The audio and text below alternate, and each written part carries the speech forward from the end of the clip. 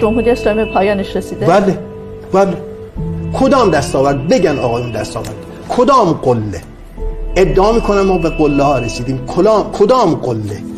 قله هایی که با این همه تحریم تونستیم فتحش کنیم.